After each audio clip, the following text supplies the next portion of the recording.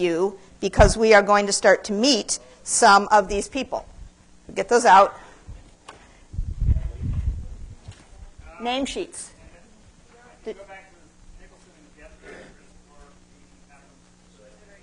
Well, you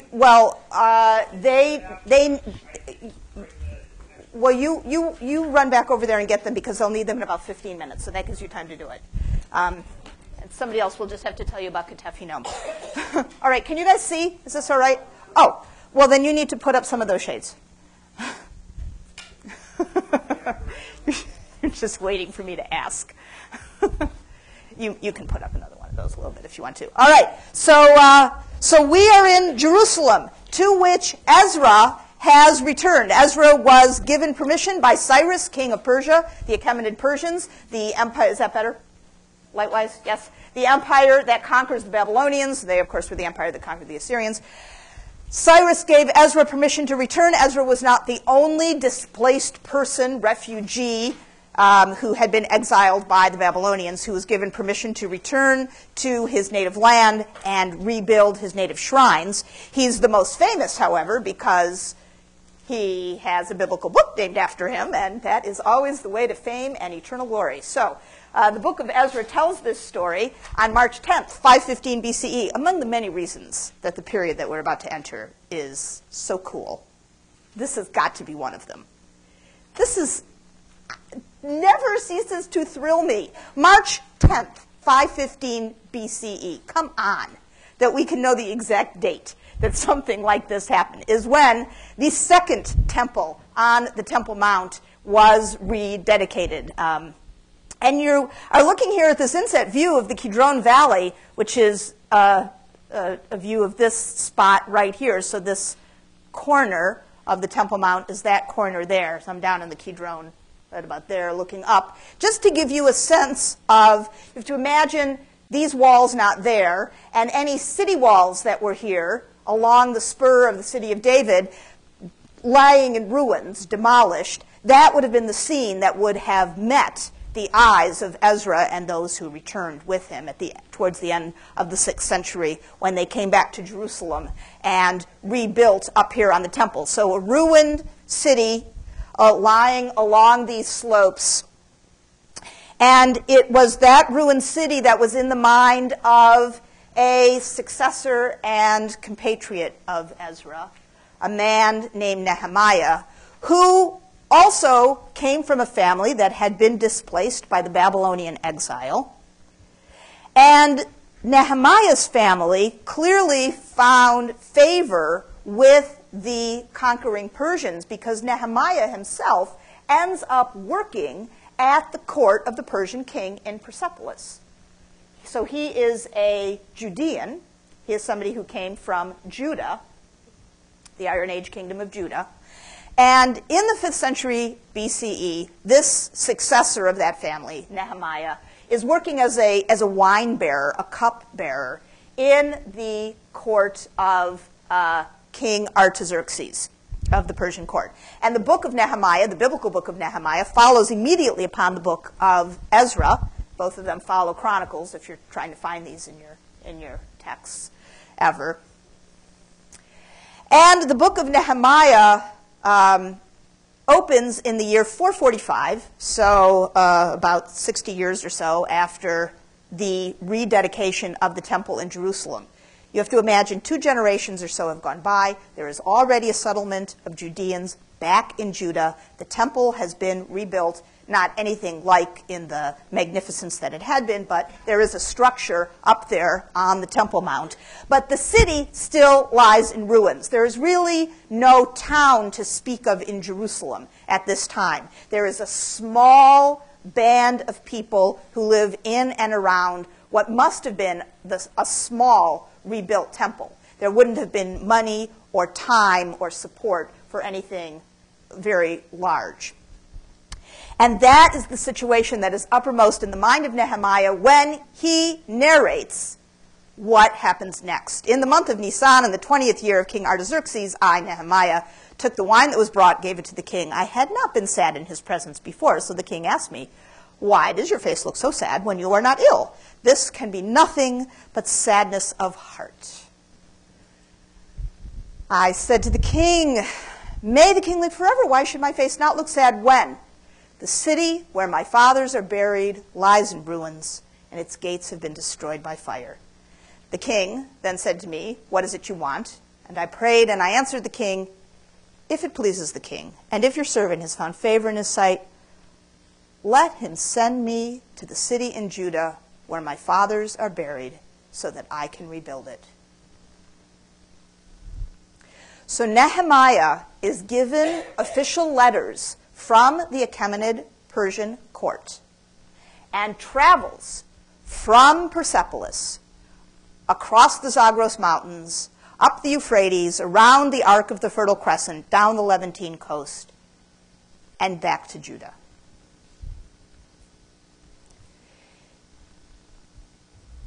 When he arrives in Jerusalem, he is a little staggered by what he sees. He sets out on, this is a kind of famous episode, it's called Nehemiah's Night Ride. I went to Jerusalem, and after staying there 3 days, I set out during the night with a few men. I had not told anyone what I was about to do. By night, I went out through the Valley Gate, and you have to imagine this area. This is the area that Nehemiah is traversing around the bottom end of the city of David. There is naturally a lot of scholarly discussion about exactly where these various things are. Where's the Valley Gate, the Jackal Well, the Dung Gate, blah, blah, blah. But anyway, it's basically this area, no other options being available.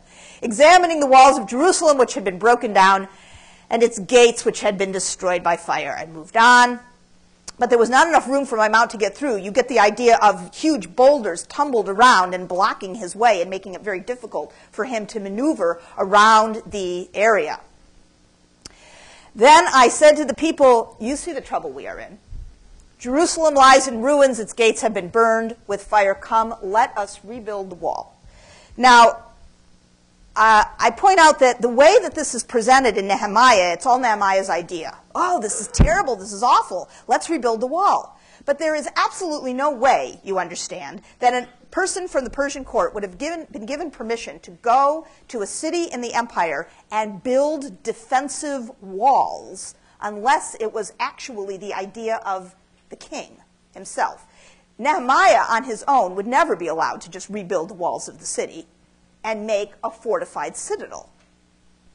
He had to have been given permission to do that. In other words, in the middle of the 5th century, the Persian king must have decided to add to the small fortified units of the satrapy beyond the river by including now Judah with a fortified city at Jerusalem. And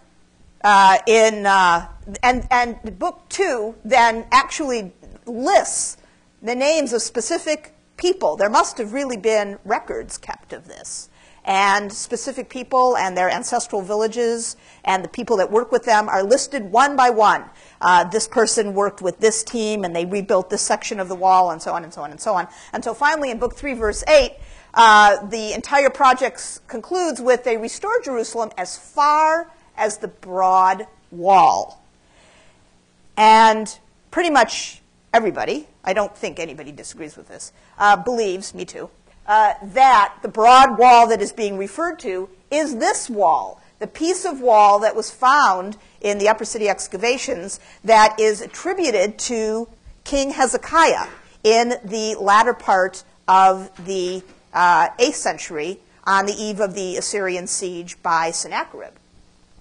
So by knowing that, we can know how far Jerusalem was refortified in the 5th century in the time of Nehemiah, and from that we can compare the size of the city as it was. Chelsea needs one. Tim? Okay. He's getting to you. We can know the reduction of the size of the city from its maximum population at the end of the Iron Age, when it was fortified all the way out to this edge, the far edge of the Western Hill. Now Jerusalem is about 2/3 the size that it was at its maximum population in the Iron Age, with its refortification up here to the broad wall. Nehemiah says to King Artaxerxes, "Let me go to the city where my fathers are buried." And he means that literally. People were buried in the Iron Age, in the First Temple period, in family tombs, rock-cut tombs that were used for generations and generations. In a remarkable archaeological discovery in the late 1980s, on the lower slopes of the grounds of the Scottish Church of St. Andrews, which is located here on the western slopes of the Hinnom Valley. The Hinnom Valley is the valley that demarcates the southern and then western sides of the Western Hill of Jerusalem. So this area right here on the slopes of the Hinnom Valley is called Ketef Hinnom, which means the shoulders of Hinnom. And right here, a series of rock-cut tombs were excavated when the road was being widened. There actually is a large cemetery here from a number of different periods, but for our purposes, we're only interested in the tombs that had been originally constructed in the First Temple period, and there were 9 of those. 9 mostly single-chambered tombs excavated along the slope of the Hinnom. And most of the tombs, the roofs had partially collapsed, and most parts of them had been quarried away by later activity. So the footprint of them could be recovered, but they had been robbed out, and in most part the ceiling had collapsed. But one of them was found relatively intact, and that was Tomb Cave 25. All of them have the same plan, and here's how they work. You would enter the tomb from a series of small steps, and you would find yourself in a central hall. There would be one back chamber, and there were benches. Here the large bench has been broken away off of the top of this one. Large benches on which bodies would have been laid. And underneath the benches were these things that are called repositories. You may recall the wording of every time a king of Israel or Judah dies in 1st or 2nd Kings, they go to lay with their fathers. That is actually literal. They were placed in a tomb, and then eventually when another burial was put in, the bones were removed and lain in with the previous bones that had been removed, all placed inside these repositories. So in Cave 25, the top of the repository had part of it had broken away and fallen down and covered all of the finds inside. And so it was discovered unrobbed and intact. Over 1,000 objects were recovered, and the skeletal remains of over 95 people. And from the remains, not the skeletal remains, but the objects, we can know something very interesting. This was a family tomb that was used in both the First Temple period and after the return from Babylon. In other words, this is a tomb that you may imagine belonged to a family who was exiled after the Babylonian conquest, but then allowed to return after either the return of Ezra or Nehemiah in the latter 6th or the middle of the 5th century. And this family continued to use this tomb. Inside the tomb are some pretty interesting things, including Babylonian-style arrowheads, even some whose tips were broken off as if they were collected from the residue of battle after the Babylonian conquest. Over 40 of these arrowheads placed as part of the grave paraphernalia. Over 250 intact pottery vessels found in this one repository. And the vessels are what allow us to provide dates. This is how we know that the tomb was used in both the First Temple period, prior to the Babylonian conquest, and afterwards, because the pottery is datable. So there are decanters and bowls and lamps of various sorts. And all of this stuff, of course, was just mixed in all together. Yeah, Lindsay? Could you go back to that on the right? Yes. All the way, like the little spout? This? No, yeah, all of those. These? Specifically were Those are lamps. And here's how it worked. They're very dangerous. Don't try this at home. These are just the most ridiculous design. You put oil in this fill area, and you drag the wick out this little spout, and then you light the wick. And that's why the tips are frequently burned, because that's where the burning wick was. And so as long as there's any oil in the repository. But while this sort of lamp is found regularly in regular sites, so they were used to make light, some of the ones found in the tomb were never used, so they seem to have been ceremonial. And others clearly were used as a sort of one-shot deal. Like this was not something that was used a real lot. So it was used probably in the burial, in the funeral, and then placed inside as a gift, because the deceased would need a lamp to light their way, or might want one. So they wouldn't refuse the pottery at all, like you would No, we can't know whether it was conceived of only as part of a ritual with the funeral, like pouring libations from the jugs into the bowls, or it was also considered to be part of the equipment that somebody might need in the future. But it was not to be taken away and used once it was given over with the funeral and put in a grave. And so when a burial is, and all its accoutrements are collected up and put down in the repository, everything that's connected with that person's burial is put down there. And then everything is found, all mixed up together. There's no effort to say, oh, this is Joe's corner and this is Sarah's corner. It's just a great big pile of stuff that's all put in together. I don't actually offhand. But I brought the little publication of it with me, because I thought somebody might have a specific question about this, and we could check after class. So we can check after class. Carl? Two small questions. Are those smaller type of lamps in the front there? Yes, they are. The two white ones you see there? Yes, that's exactly what they are. And if I could backtrack for a second, the first slide we pulled up, was that a relief of Nehemiah with Artaxerxes? It's a relief. Oh, isn't that charming, the one that chose the little servant? Right, that is one of two identical reliefs from Persepolis, from two specific buildings at Persepolis, that show a courtier or some delegate in front of the Persian king. So It's nice to think it could be. it's nice to think. Could be Nehemiah. Looks like Nehemiah would look, although he's not holding a wine cup. Nehemiah should be holding a wine cup. Yeah. All right. The family wasn't, this larger family wasn't poor. Over 100 pieces of jewelry, 6 gold and 95 silver, were found in the tomb, along with a multitude of small glass beads, that were originally, of course, part of necklaces.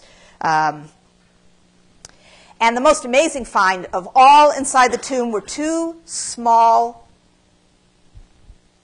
very, very corroded objects that, when unrolled, turned out to be silver amulets. This is 11 by 39 millimeters, and unrolled is just a few centimeters long. One of them is a little bit shorter than the other, and they both bear inscriptions incised in Hebrew, datable to the latter part of the First Temple period, that is, they date to just before the Babylonian conquest. They're dated on the basis of paleography, that is to say, the form of the letters, the script, is identical to that on ceilings that we know of from ceilings, S-E-A-L-I-N-G-S, not things above your head, that have script on them, and they can be read. And they are fragmentary, but very evocative. They provide us with the earliest written appearance of what's called the Tetragrammaton, the 4 letters of the name of Yahweh, the God of Judah and Israel. And the text, Yahweh keeps the covenant and graciousness toward those who love him and those who keep his commandments. Redemption is in him. Yahweh is our restorer and rock. May Yahweh bless you and may he keep you. May Yahweh make his face shine. And then the text disappears. And this is almost word for word the equivalent of what's known as the priestly benediction, which is a text from the book of Numbers, chapter 6, verses 24 to 26. May Yahweh bless you and keep you. May Yahweh cause his face to shine upon you and grant you peace. This is the earliest record that we have of a verse that appears directly in the Hebrew Bible. It dates to just prior to the destruction of the city by the Babylonians, and it is confirmation of what would be a reasonable supposition that the identity of the people buried here were Judeans, or Judites, more properly. So, Judah, in the time of Nehemiah, Ezra and Nehemiah, actually gets a little bit of a name change. We shouldn't call it Judah anymore. Judah is the Hebrew name of this region in the Iron Age. But in the Persian period, this region minted coins, not many, but some, and here's one of them, with the name of the area written in Hebrew script, but vocalized as Aramaic. So the script is Hebrew, the language is Aramaic, that's the lingua franca of the area, that is the official court language of the Persian Empire, and the name is Yehud. You can write it Y-E-H-U-D.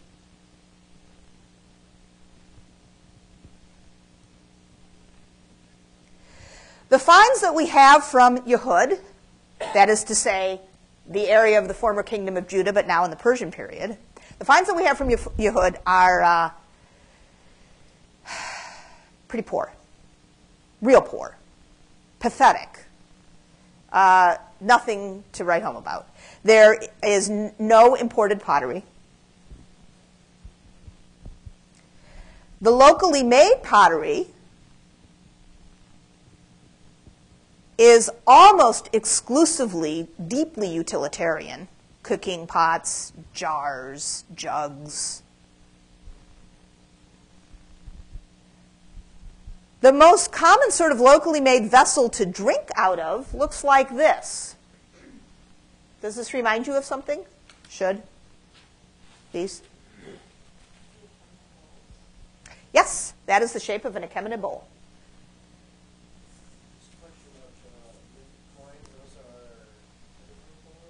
They are from the Persian period. They're from the 4th century BC.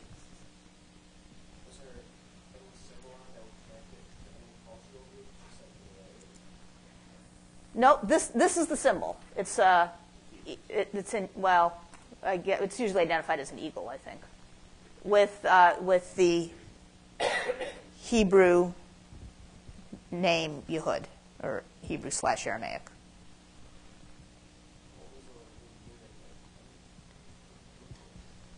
Well, let's hold on to that question, because it's not precisely clear that money, in the way that you're thinking of it, is the point. So just hold that for a minute, Lindsay.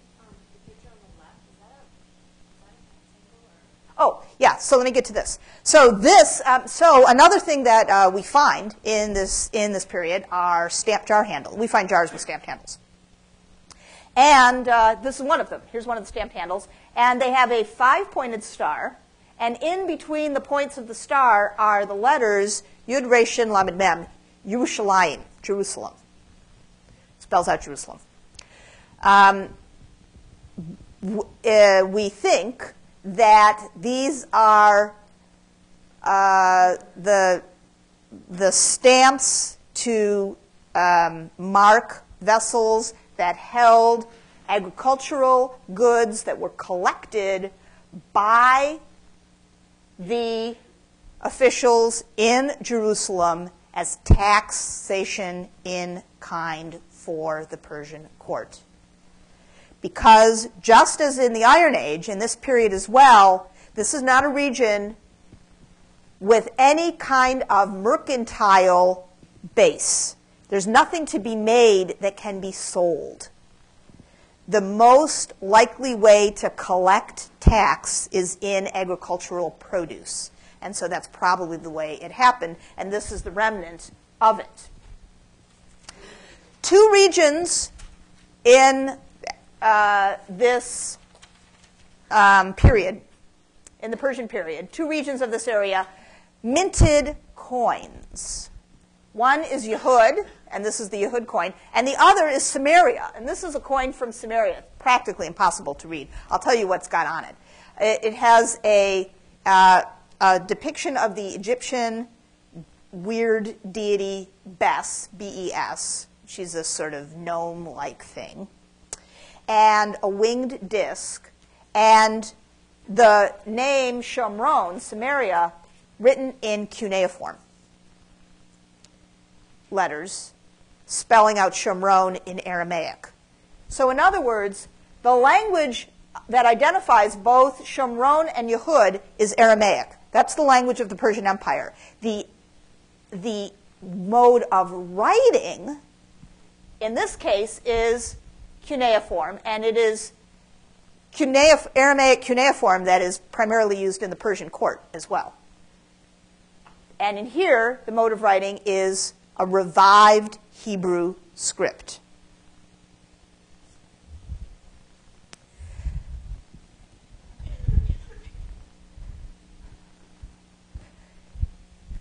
This results of surveys in this region throughout Samaria and what is here called Judah, but in the Persian period would be Yehud, shows that the efforts of Ezra and Nehemiah to repopulate Judah bore real fruit.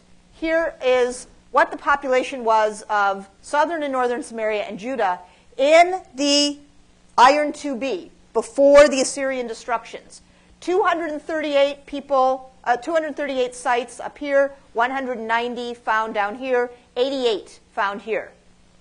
In Iron 2C, that's to say, after the Assyrian conquest, 7th and the 6th century, there are 95 sites, less than half up here, no sites located in this area, and only 35 here. So many, many fewer sites, many, many smaller. But in the Persian period, after the return, 247 sites up here, 90 here, and 70 in Judah. So as always, many fewer settlements in Judah than in Samaria, but in the Persian period, twice as many as had been in the period before. Now, Ezra and Nehemiah are really only interested in Judah. They don't care about Samaria. They don't have anything to do with Samaria. And the person who does have something to do with Samaria, you'll be learning about shortly. But let us, before we leave the Persian period, consider very briefly, this is one of those chances where you get to talk to somebody, consider very briefly the difference in economy and culture of the settlements along the coast and the settlements in the highland, especially the highlands of Judah. What are the significant aspects of these two, and so the significant differences? Take 2 minutes, talk fast.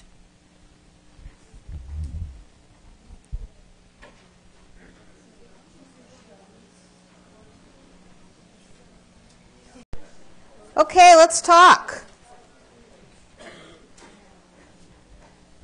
Significant characteristic of Persian period settlements on the coast.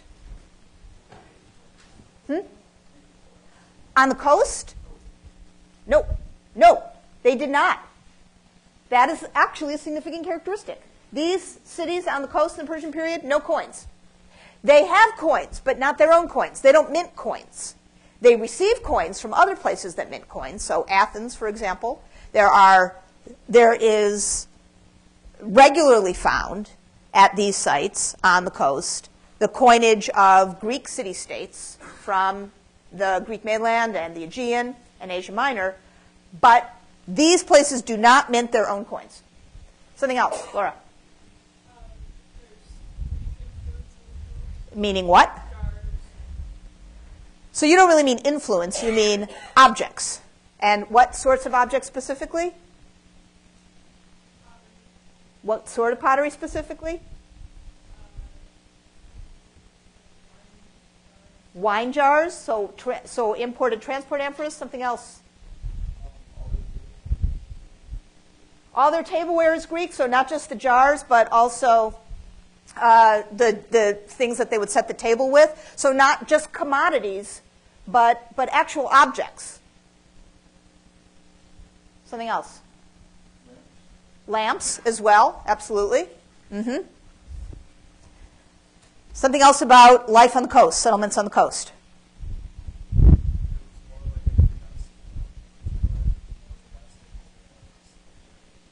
There was domestic cult, or anyway, there was the recognition of deities in a domestic context. And we know that from the discovery of figurines. And what sorts of figurines?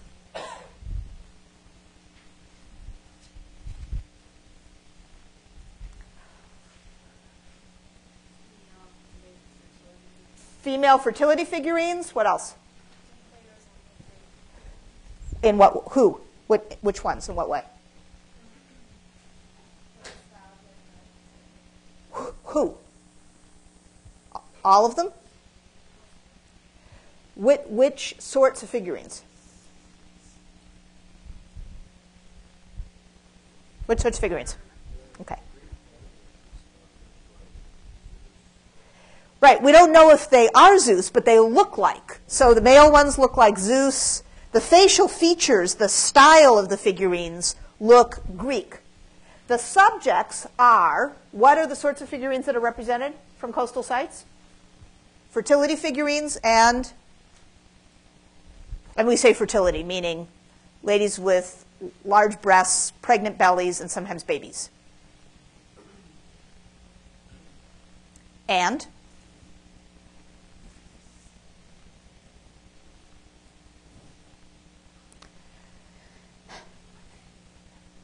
any other gender besides female? Male. Oh, yeah, male. Maybe they're heroes. Maybe it's Zeus. But anyway, males. We don't know who they are. But there are men, older, bearded, and younger, beardless. That's the distinction. That's how one would signify if it's an older or a younger man. It's not like they have a nameplate on their head. I am fill in the blank.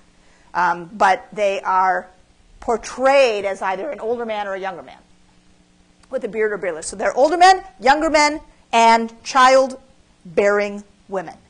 So there is a kind of troika in the pantheon of deities. What other aspects of life are revealed by the archaeological finds from coastal sites in the Persian period? We get some specific deity names.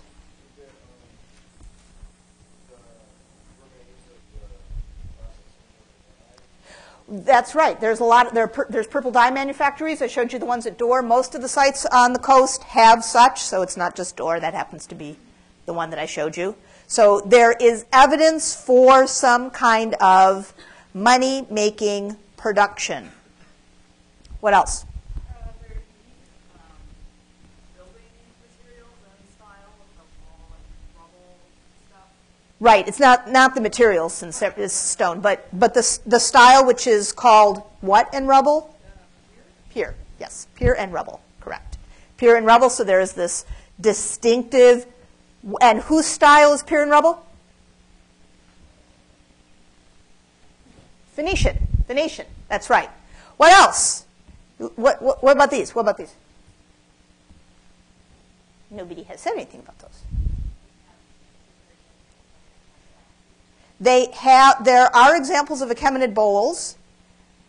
And what about them? What makes them nicer? Well, okay, not nicer. I would say that they're nicer. What makes them nicer? They're made out of better material. I'll say they are. Come on, let's call a spade a spade. This is actually not that complicated. These are bronze and silver. These are clay. Take your pick. I don't think anybody's going to pick the clay ones. If you got it, you're going to get the better ones. These folks got it. They got the money. These folks don't. They all buy into the same cultural style. You're going to drink your wine out of this Persian-style bowl. But here on the coast, you're going to do it out of a bronze or silver bowl. And here in the interior, you're going to do it out of a clay version. And what about the inscription on this one? Two, sounds like, yes, the Ashtars. The Ashtars, that's right, the Ashtars. So the goddesses, or the, maybe it just means goddesses, maybe it's the Akkadian version of the older Semitic fertility deity Astarte.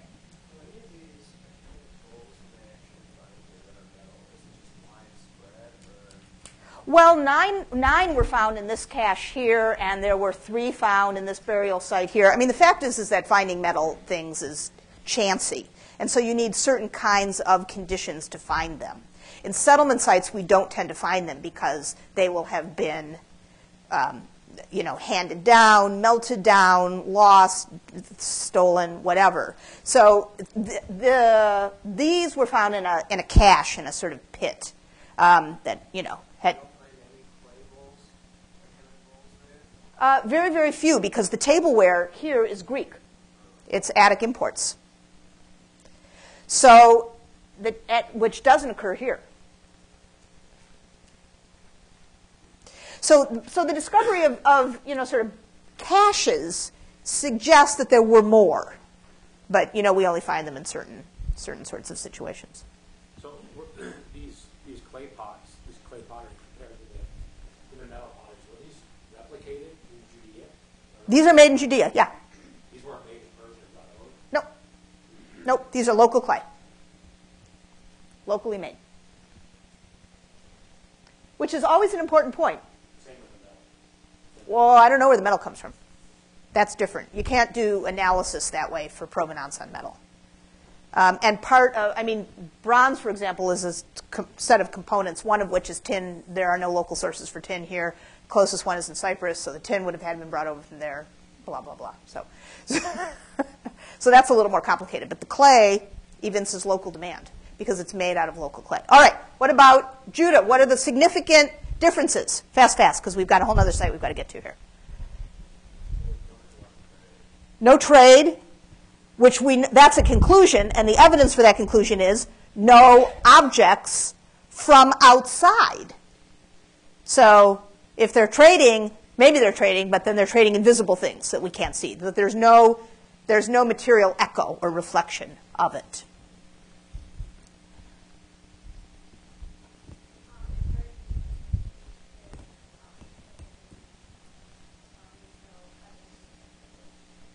Right. The material culture is very, very plain. It's very simple. It's very basic.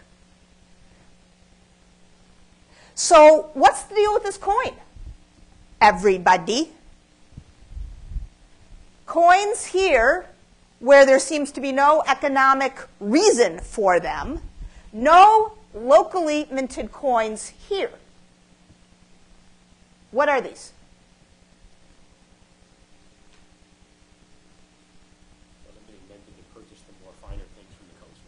Well, if that's the case, where are they? We don't have any finer things from the coast.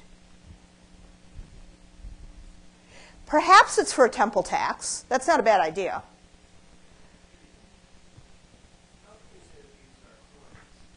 What are they? An amulet, it's not a bad idea to consider it some sort of token.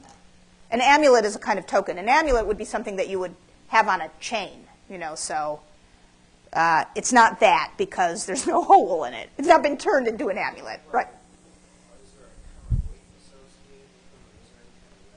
They are not on the standard of Attic coins. The most common sort of coin found at the sites on the coast are from Athens, and these coins are not on that standard. They're on a Persian standard, which is a different standard. There's a standard, and it's a Persian standard. The question is, what are they used for? What do they mean? If you don't have any evidence of things bought and sold, what is it? Yeah, maybe so. It's more in the mode of a medallion. It's a kind of like an identity amulet. Perhaps they were intended to pay for the temple tax, but there's a little problem with the, that's a kind of complicated thing, Emily, because the temple is rededicated in the latter part of the 6th. These things don't show up until the 4th. There's not literary evidence for the temple tax until the 1st century BC. So then there's a whole, you can make the argument, but you have to sort of do a lot of fanciful work. But these things exist, and they exist in Samaria, and they identify the place. And the most significant thing about the identity is the alphabet used to write the name. And what's the alphabet? The alphabet is Hebrew. Hebrew. The alphabet is the alphabet of what had been the independent kingdom that had been destroyed by the Babylonians. So these folks here are claiming that as their identity. They're claiming that as their history. They're writing the name in the language of the day, in the alphabet of their ancestors.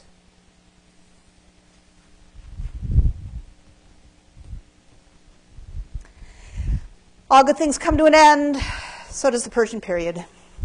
Sadly, the great empire of the Persians, Philip II of Macedon had his eye on it, prepared a large group of soldiers to conquer it, prepared to set out from his home in northern Greece shortly after the middle of the 4th century BCE, was killed before he could make the attempt. His 19-year-old son, Alexander, seen here in his youth, took up the charge.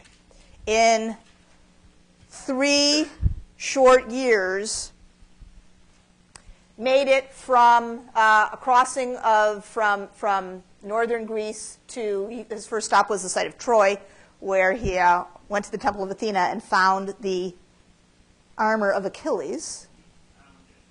He found the armor of Achilles, he put it on, it fit perfectly. And that's what he wore after that for the rest of his conquest. He makes it up to Gordian, where he cuts the knot, and then down the Levantine coast. Cities opened their doors to him, not all, but those who did received rewards. The king of Sidon, for example, was reconfirmed in his throne and became a sort of buddy of Alexander, the king Abdolomenus. And the sarcophagus in which Abdolomenus was buried shows Alexander himself and Abdolomenus together in a battle. Alexander moves down through the Levant, right down the Levantine coast, with his passage the Persian period ends, the Hellenistic period begins. The year is 332. Makes it all the way to Egypt, goes out to this oasis in the desert named Siwa, to the shrine of the Egyptian god Ammon, who grants a private audience with Alexander and recognizes him as his son. After which, Alexander, ever after, wears the ram's horns, which are the symbol of his divine parentage and daddy. Alexander then backtracks up through the Levant, up around the Fertile Crescent, down the Euphrates, down the Tigris, across the Zagros Mountains to Persepolis itself, where he takes everything in the treasury and sacks the city. And then Alexander makes it all the way to India, where his men revolt and say, this is enough, fella. And then they go all the way back to Babylon, where Alexander dies an untimely death in the year 323 of causes yet to be completely explained. A very remarkable discovery from this exact exciting little historical epoch was made in the 1960s in a cave in this region that's called the Wadi Adalia. Here's the cave. It's about 26 kilometers southeast of Samaria and about 9 kilometers north of Jericho, the oasis of Jericho, which you see in the distance here. So it's about here on the map. In the cave were found the skeletons. Let's see, I wrote this down somewhere. 200. About 200 people were found, the skeletons were found in the cave. We actually know the story of these folks because an ancient Greek historian records an episode where, when Alexander had been coming through, he changed who the governors were in each of the little satrapal units. So he replaced the governor of the unit of Samaria. He replaced the governor of the unit of Yehud. He replaced the governor of some of the cities on the coast. And there was a revolt against the governor that was put in place by Alexander, by the people who had been in charge. And when Alexander was doubling back after being deified by Ammon at Siwa, he sent a little legion of men to chase these rebellious people who had deposed his governor. And these rebellious people, who had been the ones who had been in charge in Samaria prior to Alexander's advent, ran away. Well, that's the story that we have from an ancient Greek historian. The discoveries in this cave are them. This is where they went to. How do we know? Because they took a whole bunch of documents with them, all sorts of legal documents. Just, you know, how you would take all of the contents of your safe deposit box if you fled your house in a hurry, and it might have, you know, your lease and a loan agreement and all sorts of stuff like that. Well, that's what they took with them. And those documents were written on papyri, and the papyri were found. And they are legible. So here's one of them, for example. There were about 35, and they're sealed. The papyri are sealed with little clay sealings that were stamped with the names of the people in charge. And here is one of those sealings. There's over 100 of them, and most of them are stamped with this name, somebody Iya, son of Sanballat, governor of Shomron.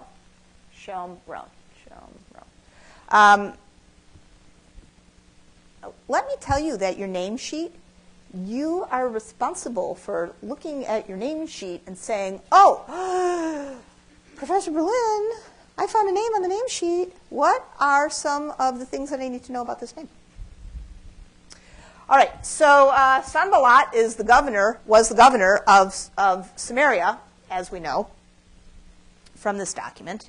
And that is a very interesting thing, because this same Sanballat name is cited as one of the enemies of Nehemiah. over 100 years earlier. So obviously this is not the same Sanballat, but a family name, and this must be the name of the family that's been in charge, been the governors of the mini unit of Samaria, Shomron, when Nehemiah comes. Here is the beginning and the end of some of the passages that I showed you earlier in class. So this is when Nehemiah has his famous night ride. But right before he gets to the telling of his night ride, he says, when Sanballat the Horonite and Tobiah the Ammonite official heard about this, they were very much disturbed that someone had come to promote the welfare of the Israelites. And these are the folks, Sanballat and Tobiah, who are in charge of these two regions occupying Judah. You remember that I told you that Nehemiah would never have been allowed to come here without the permission of the Persian king. And what he does is rebuild the walls. So the Persian king has decided to have another fortified city here, possibly because the people who are in charge here, he doesn't want either one of them to get big ideas about expanding anymore. So he refortifies the main city of Judah so that now there is a kind of balance of fortified sites here, and no one of them can get too big and make problems for him. So this Sanballat must be the grandfather of the Sanballat that is, on the bulleye from the ceilings from the Wadi Adalia. Do you have any questions for me?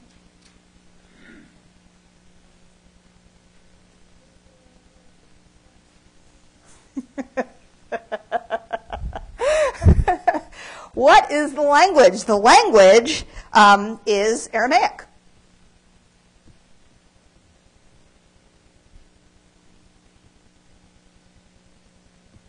Have any other questions for me?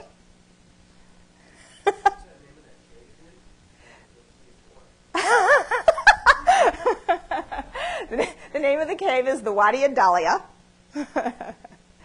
And the theophoric, you know what that means? That means which divinity's name is embedded in the name that you have. And the divine name that's embedded there is the name of a Babylonian deity.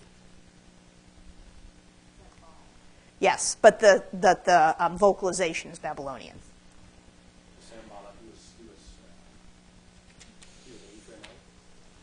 So now, the whole point of this little worksheet that you guys are going to be working on between now and the end of next week is to consider what is the point of a name. And if you say that a name indicates that somebody is fill in the blank, think hard about what you are actually saying. So,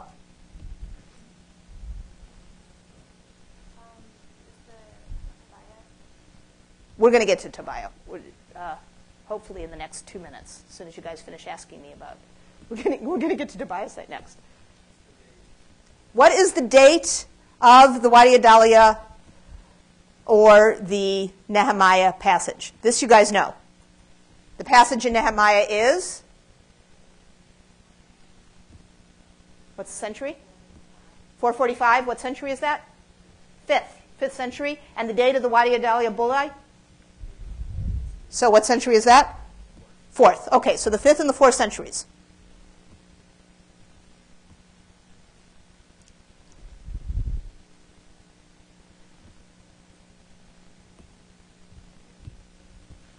Do you have another question? What is the ethnic identity? Our best evidence for the ethnic identity might be that Sanballat has sons and fathers with names that end in IAH, and that is the Israelite Yahweh. So that's the same theophoric that was in most of the Samaria ostraca, for example. Yes? Babylonia, is that like Sin, the moon goddess, is Lord or Lady or whatever? Yes. So who is Sanballat?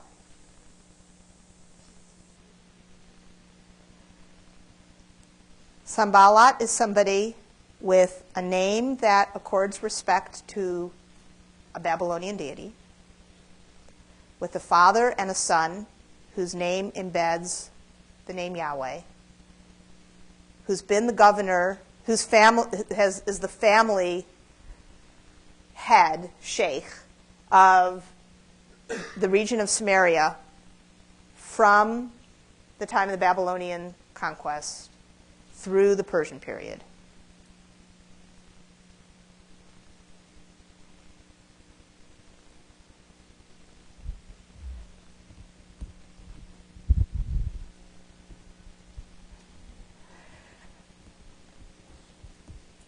Well, Alexander dies young.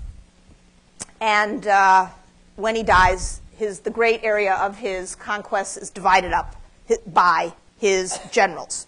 And the two that we're the most interested in are Ptolemy and Seleucus, because they divvy up the area that we're studying now. Ptolemy takes Egypt. Seleucus takes Asia. Talk about biting off more than you can chew. Yes? They fought about 15 wars.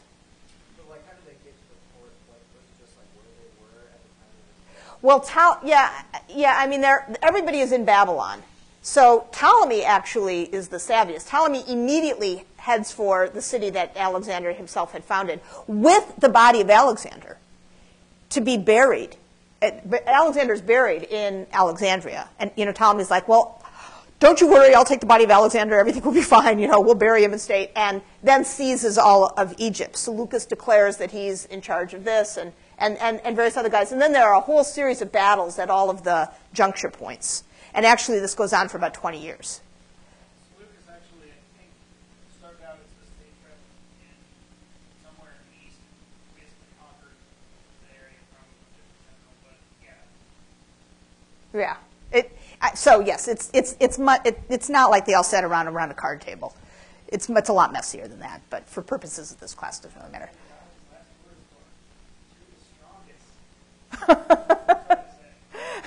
So they say. Why did Antigone get so to small states? The Antigonids?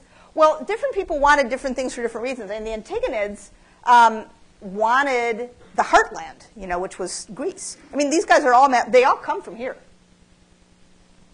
So the Antigonids wanted what was still from their point of view, the core of the kingdom. I mean, all of this was very recently conquered. How could you be sure that it would stay, you would be able to hold on to it? There's all these different peoples, languages, cultures, religions. Your hold on it would be very tenuous. Whereas this, the house of Alexander and Philip, the Antigonid house, had been in charge of Macedonia for several hundred years. So...